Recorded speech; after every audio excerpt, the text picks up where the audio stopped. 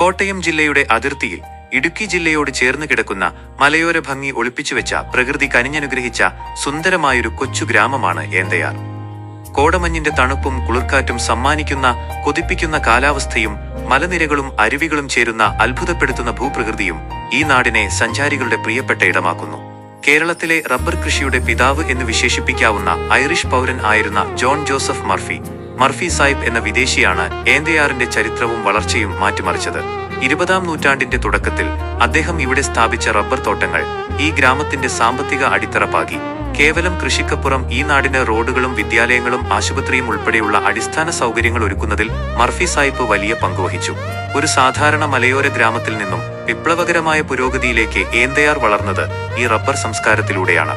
ഇന്ന് പച്ചപ്പു നിറഞ്ഞ റബ്ബർ തോട്ടങ്ങളും ഒഴുകിനടക്കുന്ന മേഘങ്ങളും കളകളമൊഴുകുന്ന മണിമലയാറിന്റെ സാന്നിധ്യവും ഏന്തയാറിനെ ഒരു ജീവസുറ്റ ക്യാൻവാസാക്കി മാറ്റുന്നു. ഗ്രാമീണതയുടെ നന്മയും ചരിത്രത്തിന്റെ ഗരിമയും ഒത്തുചേരുന്ന ഏന്തയാർ കാഴ്ചകൾ ഏതൊരു സഞ്ചാരിയുടെയും മനസ്സ് നിറയ്ക്കുന്ന ഒന്നാണ്.